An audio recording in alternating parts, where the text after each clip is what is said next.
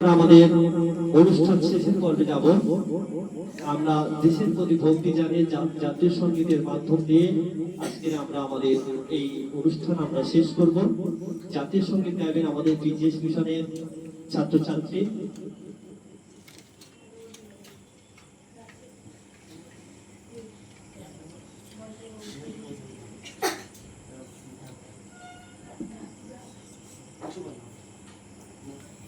জনগণ